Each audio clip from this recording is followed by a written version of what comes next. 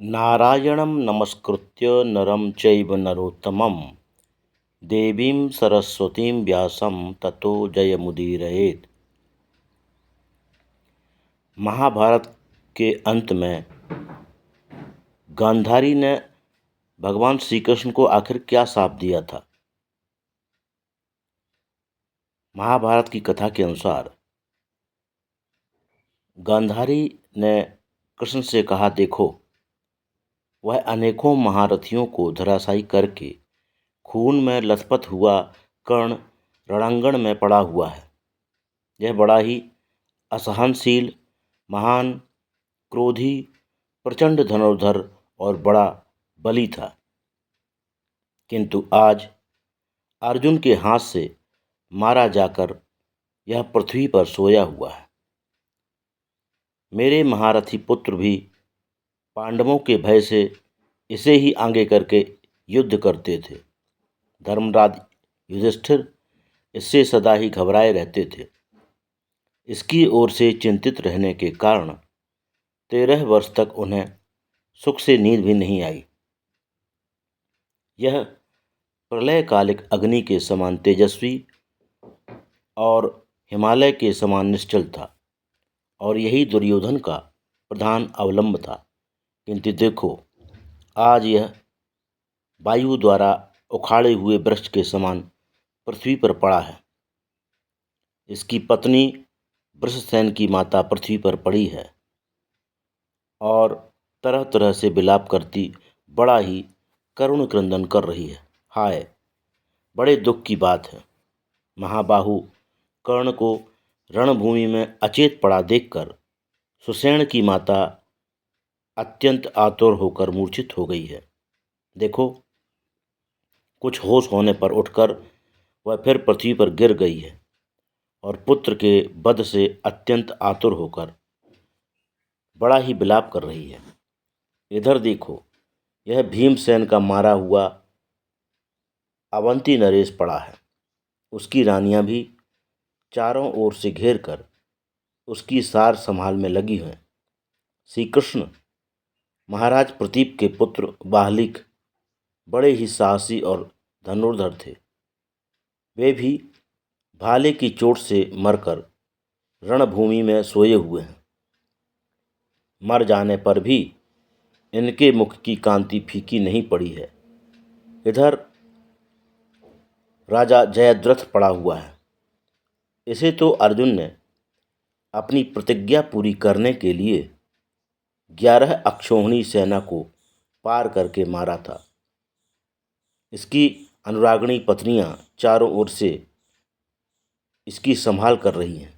जनार्दन, जिस समय यह वन में से द्रौपदी की को हर कर ले गया था, पांडव लोग तो इसे तभी मार डालते। उस समय केवल 2 सलाह की ओर देखकर ही उन्होंने इसे छोड़ दिया था। हाय, एक बार फिर उन्होंने 2 सलाह का मान क्यों नहीं रखा। देखो, मेरे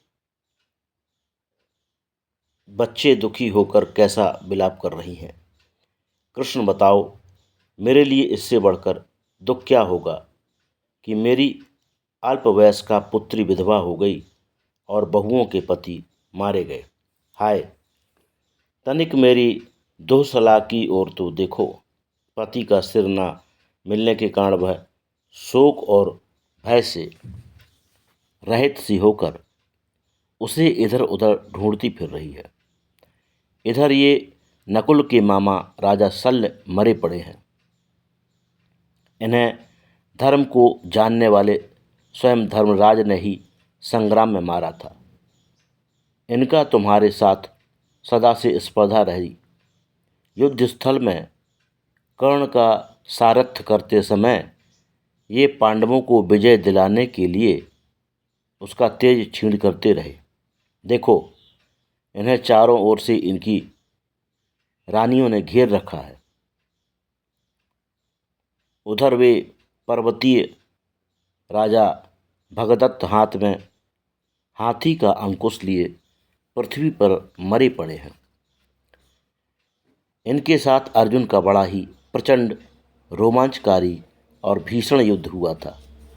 एक बार तो इनके युद्ध कौशल को देखकर अर्जुन भी दंग रह गया था, किंतु अंत में ये उसी के हाथ से मारे गए। देखो, जिनके समान बल और पराक्रम में संसार में कोई नहीं था, वे ही भीषण कर्म करने वाले भीष्म जी इधर सरसैया पर शयन कर रहे हैं। केशव, इस प्रतापी नरसूर्य ने शत्रुओं को अपने शस्त्रों के ताप से झुलसा डाला था। हाय, आज यह अस्त होना चाहता है। आज वीरोचित सैया पर पड़े हुए इन अखंड ब्रह्मचारी भीष्म जी के दर्शन तो करो। ये आज तक अपने व्रत से नहीं डिगे। भगवान स्वामी कार्तिकेय जैसे सरकंडों के समूह पर सुशोभित हुए थे, उसी प्रकार ये करणी, नालीक और नाराज जाति के बाणों की तेज सेज बिछाकर सोए हुए हैं। अर्जुन ने इनके सिर के नीचे 3 बाण मारकर इन्हें बिना ही रुई का तकिया दिया है। अपने पिता की आज्ञा पालन करने के लिए ये अखंड ब्रह्मचारी रहे, जिससे इन्हें बड़ी भारी कीर्ति मिली। युद्ध में इनकी बराबरी करने वाला कोई भी नहीं था।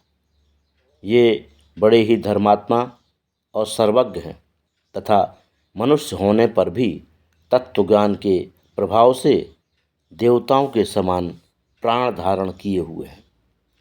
आज जब भीष्म जी भी बाणों के लक्ष्य बनकर रण क्षेत्र में पड़े हुए हैं, तो मुझे यही निश्चय होता है कि वास्तव में न कोई युद्ध कुशल है, न पराक्रमी है और न विद्वान है।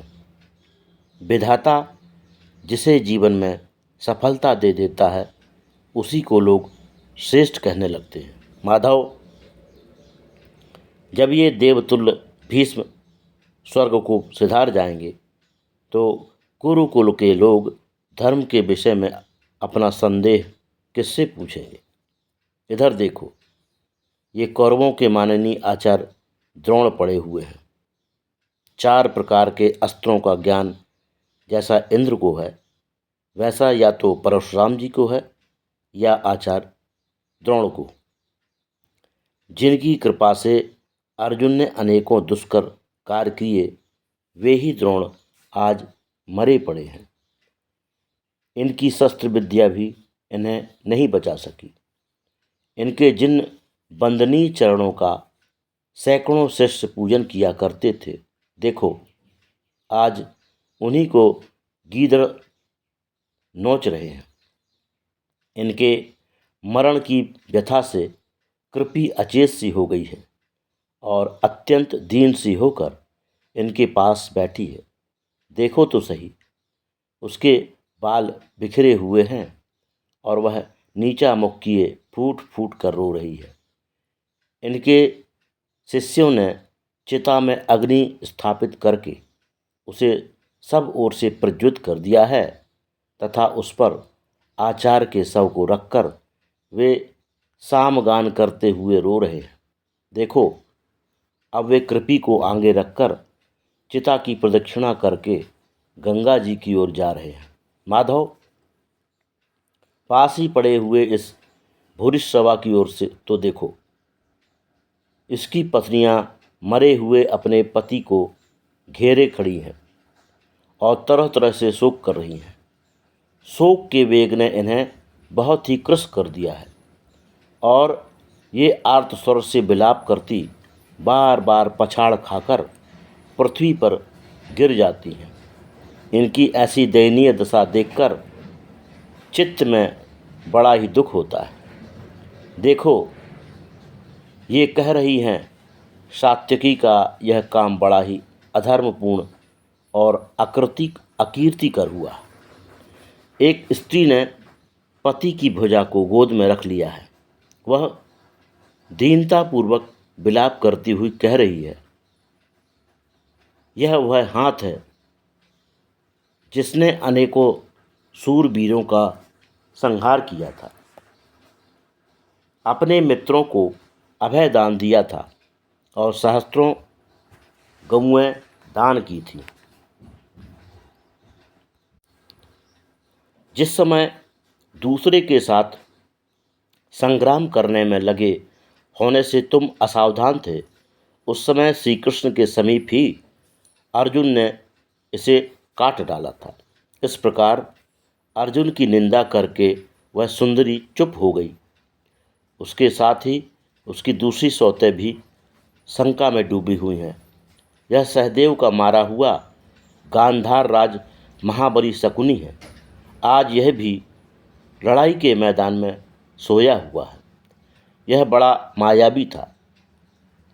इसको सैकड़ों हजारों प्रकार के रूप बनाने आते थे, किंतु आज पांडवों के प्रताप से इसकी सारी माया भस्म हो गई। इस कपटी ने द्यूत सभा में अपनी माया के प्रभाव से ही युधिष्ठिर का विशाल साम्राज्य जीत लिया था, किंतु आज यह अपना जीवन भी हार बैठा।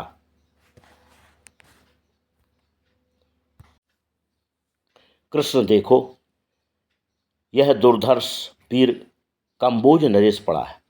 यह कंबोज देश के गलीचों पर सोने योग्य था, किंतु आज मौत के मुख में पड़कर धूल की सैया पर सो रहा है। देखो, वह कलिंग राज पड़ा है।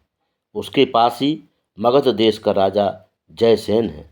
उसकी स्त्रियां उसे चारों ओर से घेर कर अत्यंत बेहवल होकर रो रही हैं।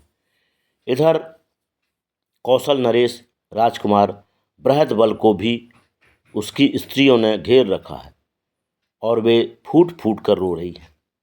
देखो, ये धृष्टद्युम्न के वीर पुत्र पड़े हैं और उधर आचार ही के गिराए हुए पांचाल राज द्रुपद सोए हुए हैं। ये बूढ़े पांचाल राज की दुखनी स्त्रियां और बहुएं उनका अग्नि संस्कार कर बाईं ओर से प्रदक्षिणा करके जा रही हैं। देखो, इधर द्रोण के मारे हुए चेदीराज धृष्टकेतु को उसकी स्त्रियां ले जा रही हैं। यह बड़ा ही सूरवीर और महारथी था। हजारों शत्रुओं का संहार करने के बाद ही यह मारा गया है। इसकी सुंदरी भार्याएं इसे गोद में उठाकर विलाप कर रही हैं।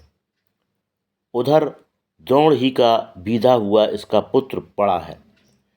मेरे पुत्र दुर्योधन के लड़के वीरवर लक्ष्मण ने भी इसी तरह अपने पिता का अनुगमन किया है। देखो, ये अवंती राज बिंद और अनुविंद मरे पड़े हैं। ये इस समय भी अपने हाथों में धनुष बाण और खंग पकड़े हुए हैं। कृष्ण, पांचों पांडव और तुम तो अवश्य अवध्य हो। इसी से द्रोण, भीष्म, कर्ण, कृप, दुर्योधन, अश्वत्थामा, जयद्रथ, सोमदत्त, विकर्ण और कृतवर्मा जैसे वीरों की मार से बच गए। माधव, निश्चय ही विधाता के लिए कोई काम कर डालना विशेष कठिन नहीं है। देखो ना, क्षत्रियों ने ही इन सूरवीर क्षत्रियों का बात में संहार कर डाला। मेरे पुत्रों का नाश तो उसी दिन हो चुका था जब तुम अपने संधि के प्रयत्न में असफल होकर उपलब्ध की ओर लौटे थे। महामती भीष्म और विदुर जी ने मुझसे उसी समय कह दिया था कि अब अपने पुत्रों की मोह ममता छोड़ दो। उनकी वह दृष्टि मिथ्या कैसे हो सकती थी। आज इसी से इतनी जल्दी मेरे पुत्र भस्मीभूत हो गए।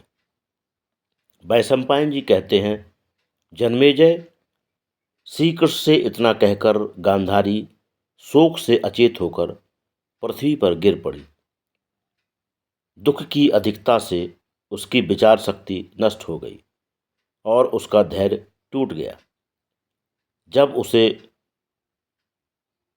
होश हुआ तो पुत्र शोक की प्रबलता से उसके अंग अंग क्रोध से भर गए और श्री कृष्ण पर दोष दृष्टि करके वह कहने लगी, कृष्ण, पांडव और कौरव आपस की फूट के कारण ही नष्ट हुए हैं, किंतु तुमने समर्थ होते हुए भी इनकी उपेक्षा क्यों कर दी? तुम्हारे पास अनेकों सेवक थे और बड़ी भारी सेना थी। तुम दोनों ही को दबा सकते थे और अपने वाक कौशल से उन्हें समझा भी सकते थे, किंतु तुमने अपनी इच्छा से ही इस कौरवों के संहार की उपेक्षा कर दी। सो अब तुम उसका फल भोगो। मैंने पति की सेवा करके जो तपस संचय किया है, उसी के प्रभाव से मैं तुम्हें शाप देती हूँ। तुमने कौरव और पांडव दोनों भाइयों के आपस में प्रहार करते समय उनकी उपेक्षा कर दी, इसलिए तुम भी अपने बंधु बांधवों का वध करोगे। आज से 36वें वर्ष तुम भी बंधु बांधव, मंत्री और पुत्रों का नाश हो जाने पर एक साधारण कारण से अनाथ की तरह मारे जाओगे। आज जैसे ये भरतवंशी स्त्रियां विलाप कर रही हैं, उसी प्रकार तुम्हारे कुटुंब की स्त्रियां भी अपने बंधु बांधवों के मारे जाने पर सिर पकड़कर रोएंगी। गांधारी के ये कठोर वचन सुनकर महामना श्री कृष्ण ने मुस्कुराते हुए कहा, मैं तो जानता था कि यह बात इसी प्रकार होनी है। तुमने जो कुछ होना था उसी के लिए शाप दिया है, इसमें संदेह नहीं। वृष्णिवंशियों का नाश दैवी कोप से ही होगा। इनका नाश करने में मेरे सिवा और कोई समर्थ नहीं। मनुष्य तो क्या, देवता या असुर भी इनका संहार नहीं कर सकते। इसलिए ये यदुवंशी आपस के कलह से ही नष्ट होंगे। श्री कृष्ण के ऐसा कहने पर पांडवों को बड़ा भय हुआ। वे अत्यंत व्याकुल हो गए और उन्हें अपने जीवन की भी आशा नहीं रही। शेष कथा आगे।